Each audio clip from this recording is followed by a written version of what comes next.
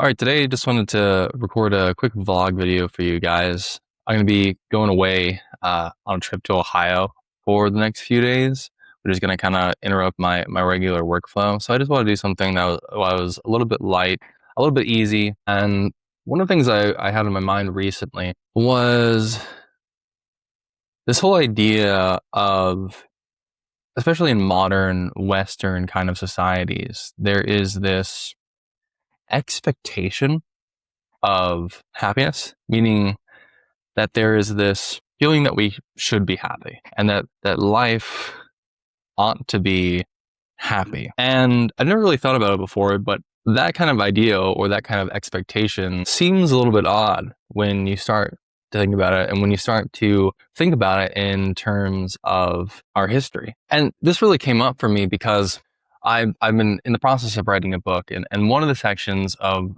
the book deals with this tension between the needs of survival and the sort of purpose of human life, meaning and joy and happiness, and really just the ability to act for the sake of what we authentically value. Meaning this tension of the fact that though we have to spend so much time and energy and resources and labor devoted to our own survival, human beings are not really satisfied by survival. They're trying to produce something more, something better. And survival, more often than not, is a means to an end rather than an end in itself. Survival is something that we have to submit to, something that we have to sacrifice to in order to have the time or the resources or the energy to be able to pursue the kinds of things that we really want. And in general, there's a tension between them, meaning that the tools and the epistemology and the perspective of the world that you have to have in order to survive on a day-to-day basis can be significantly different from the pursuit of authentic values. And one of the things I highlight in that chapter is the social needs of survival. We're often having to conform ourselves to the culture around us, whether it's rational or not, whether it actually produces any value to us or not, in order simply to get along enough to survive. And how historically, if you really went against your culture or you really questioned the sort of rationality of the religion, of the myths, of the traditions that were expected of you, that this could actually threaten your survival and therefore threaten your ability to act for the sake of what you authentically value. And so for a long time, we had to sort of submit ourselves to a certain kind of self-delusioned irrationality, which has persisted in degrees, psychoevolutionarily, in degrees, over the generations. And now that the needs of survival are not so pressing, we have a lot more time to be independent. We have a lot greater ability to step outside of the irrational parts of culture and simply act for the sake of what we truly value.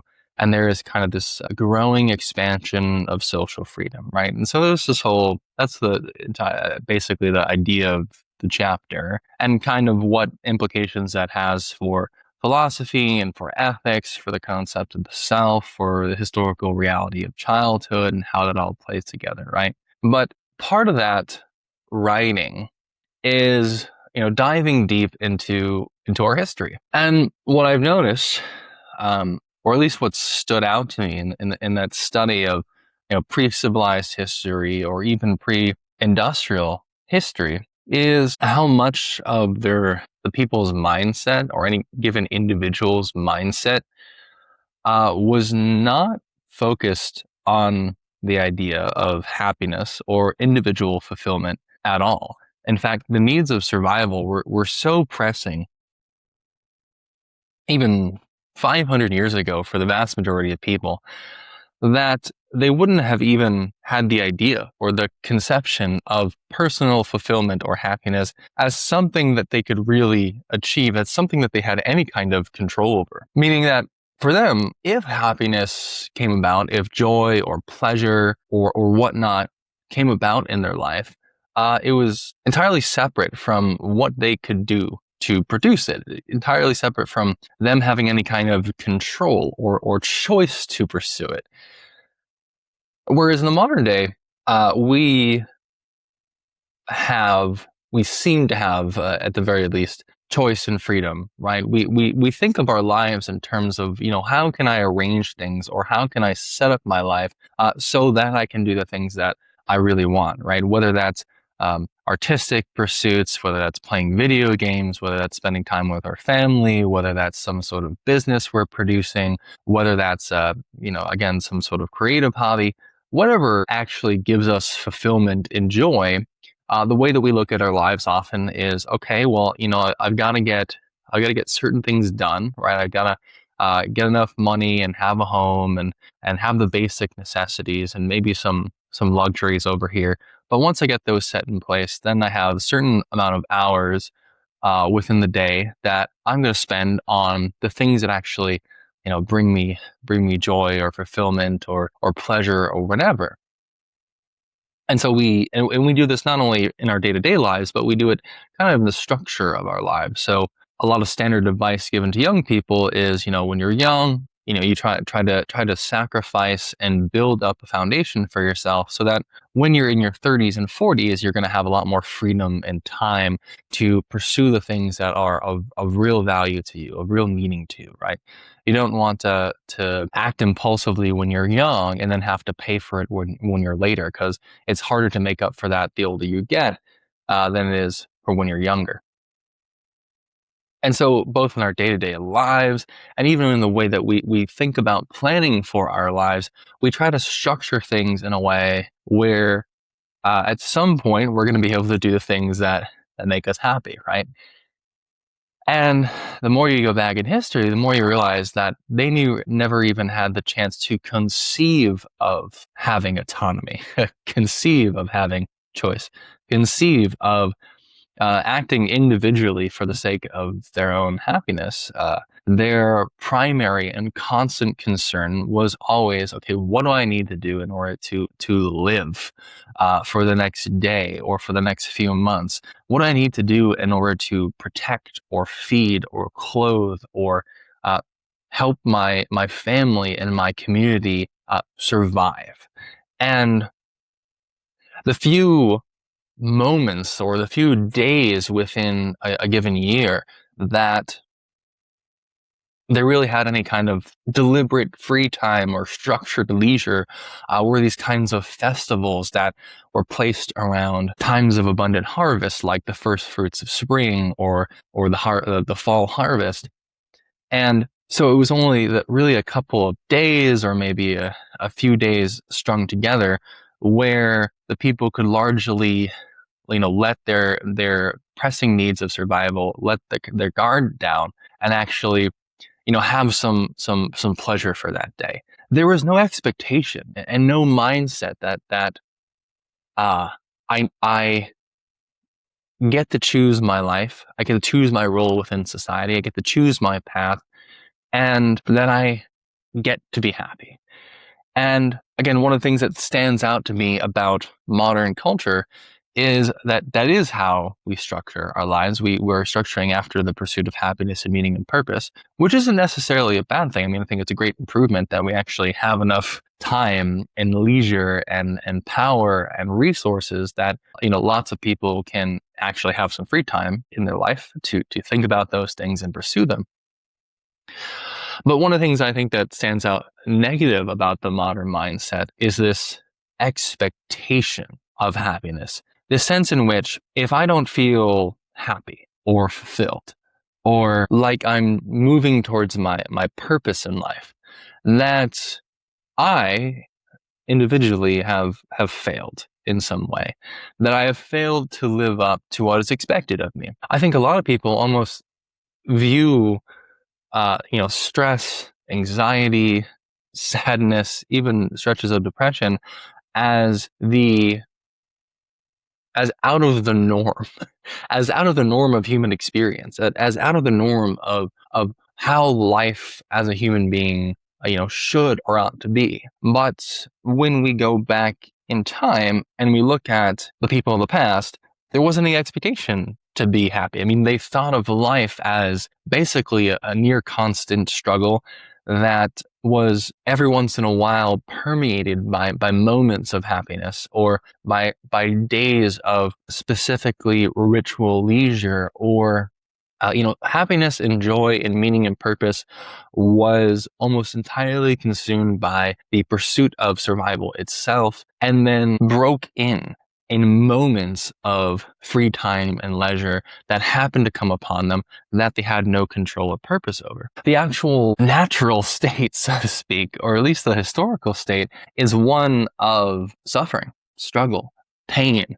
boredom, punctuated by moments of happiness that are completely outside of one's control. And yet again, in the modern day, we expect to be happy most of the time. We expect, in one sense, to be pursuing our purpose most of the time. We expect to feel fulfilled most of the time. And I don't know. I mean, I really don't know maybe where that new tension comes about, besides the fact that we actually have the free time. But I wonder if that mindset of the expectation of happiness in the modern day does more harm than good, and triggers that kind of comparison narrative that we go ahead in our brain, and doesn't really allow us to be grateful for how much or how often we get to be happy in our lives compared to our ancestors. It's almost adjacent to the kind of stoical or Buddhist mindset of the sense of recognizing that life is not inherently a place of happiness, joy, meaning, purpose, love. I mean, any of these kinds of things, sort of recognizing that the actual base case of survival and humanity and society is kind of one of suffering or boredom. Almost, sort of like Schopenhauer said, right? The pendulum between suffering and boredom. That life is really, at its base, or at least in its natural state, something that is actually quite unfulfilling and painful, and that's natural. And that in the modern age, when you are experiencing pain, when you're experiencing loss, when you are experiencing struggle, when you are experiencing anxiety, when you're experiencing depression, that those experiences in the world are not actually odd. They're not out of place. They're not even mistaken. They are responding to something that is actually true and real about the world. And that it's actually more odd for people to be happy. It's more odd for people to have joy. It's more odd for people to feel fulfilled and meaningful and like they have a purpose, than the opposite way. And it's not that it makes any of these negative experiences, in and of themselves better, by recognizing that tends to be the natural case of existing as a human being, but that it kind of gives this sense of, I'm not the odd one, right? I'm not the odd one if I'm suffering. I'm not the odd one if I'm anxious. I'm not the odd one if I'm depressed. I'm not the odd one if I feel out of place, if I feel as though I don't have a purpose or a meaning. That when you're experiencing that, you're actually in really good company historically. And that even the people in the modern day who suffer from those feelings or states or periods, then oftentimes those periods of suffering or boredom or whatnot are still comparatively less than what the vast majority of the people in our history actually experienced. I almost wish that we could continually bring the mindset that happiness is the exception and not the rule. Happiness should not be an expectation. Purpose should not be an expectation, but rather always to treat it as the exception when we take in the context of the whole of our history. And by understanding that joy and purpose and meaning, that these kinds of things are actually the exception, then when they happen to us, right, or when we get the opportunity to do something that's actually meaningful and fulfilling to us, we can recognize how significantly rare that is, or significantly different that is, rather than treating it like, oh, I've finally gotten to the place where I should be, right? I've finally gotten to the place where I ought to be.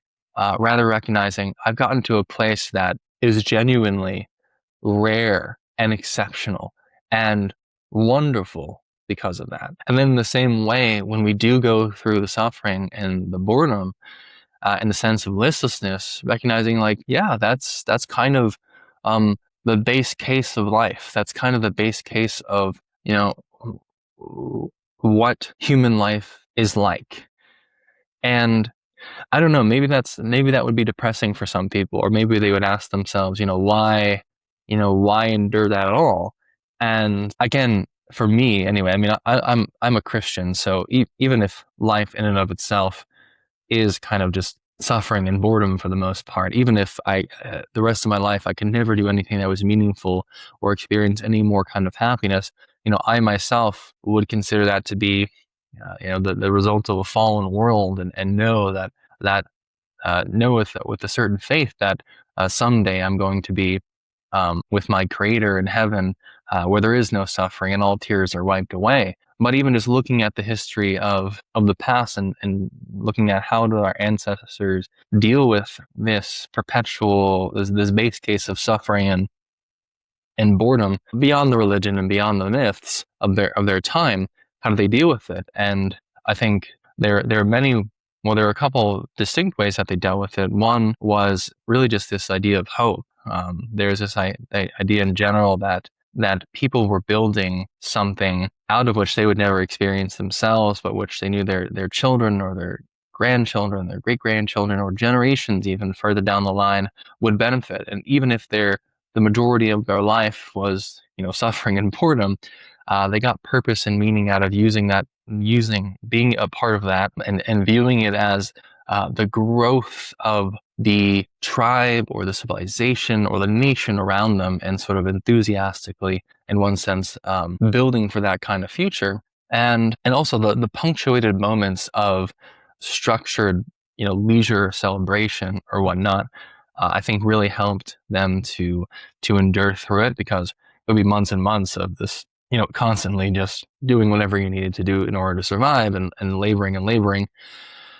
And then you would get these sort of punctuated moments of celebration. And oftentimes those moments of celebration, because they were so distinct in pleasure and leisure and whatnot, they were heightened to this kind of psychological extent that helped them to anticipate it, so to speak. And in one sense, giving ourselves celebrations, I think, can be helpful. But the third part really was this community aspect to it, right? Where even while you were laboring, right, even while you're struggling with other people to survive on a day-to-day basis, there was a sense of unity with other people. You were struggling alongside your tribe members and the people of your community. You were struggling alongside them. And out of that struggle, people would create stories that they would tell each other. They would create poems that they would talk with one another about. They were constantly socially communicating with each other, face to face, next to each other, while they're laboring, and people would, they'd come together to eat at the end of the day, as a group, not just sort of isolated families or isolated individuals, but as a group they would sort of socially connect with one another in this way that I think even throughout the day you could kind of get through the majority of the suffering and the boredom, because hey, you get to go talk to to use a modern name, you get to go talk to Tom later, right? Or you get to see your wife later, or you get to sit around with the people of your tribe or community, and catch up with them about the day. And maybe Josh has a new story for us, or Bob has a new joke to tell. I don't know, something like that, right? There is this anticipation of the social connection that acted as almost a perpetual reward for the kind of innate suffering, pain, loss, and boredom that was the natural state of people. And I know that in the modern day, for a number of reasons, structurally, this becomes even more and more difficult. And so, in one sense, the suffering and the pain is the suffering and the loss and boredom is more difficult to endure today than it might have been in the past. It's hard to really know because it's such a subjective evaluation. But I don't know. I was just sort of, as writing that chapter, I was just sort of lingering on this idea of the modern expectation of happiness, and wondering whether or not is that expectation realistic, right? It often goes uncommunicated. It often goes, people don't talk about it explicitly, but there's this kind of expectation that we need to be happy, right? We need to be in pursuit of what's meaningful to us. So we need to be living a meaningful and joyful life. And you go up to somebody and you ask them how you're doing, and they say, "Oh, I'm doing good." And there's a sense in which if somebody is not happy or joy, or if someone is not happy or joyful or full of meaning, that we think there is something wrong, right? We think there's something wrong. Something has gone wrong, either with them or with something happening around them. And that's just not historically the case, right? I mean, historically, again, happiness, joy, and meaning, that was the exception. That was the complete rare exception that one had no control over. And I wonder to what degree that recognizing that explicitly and trying to remind oneself that happiness is an exception to life and not the rule would enable one to actually feel estranged in the world and appreciate the moments that they do have of genuine joy and meaning. So anyway, I think that's where we're going to end the vlog today. The next video I'm going to be doing is going to be part 2 on meta philosophy, talking about the what it means to be a philosopher and the structure of philosophy and sort of who counts as a philosopher and who doesn't, sort of critiques of academic philosophy. So that's where we'll be headed next. But, in this question of the tension between happiness and survival, I mean, do you see that tension in your own life? And do you expect to be happy in your day-to-day life? Or do you kind of take the more historically realistic expectation that life is full of suffering and boredom? And how do you think these expectations play in your day-to-day life? Let me know. Put your answers down in the comments. I would love to have a conversation with you guys about that and really just talk our different perspectives. But if you like this video, please give it a like. If you think this video would be interesting to somebody else, then please share it with them. And if you want more videos like this, then please hit subscribe. And as always, thank you guys for watching.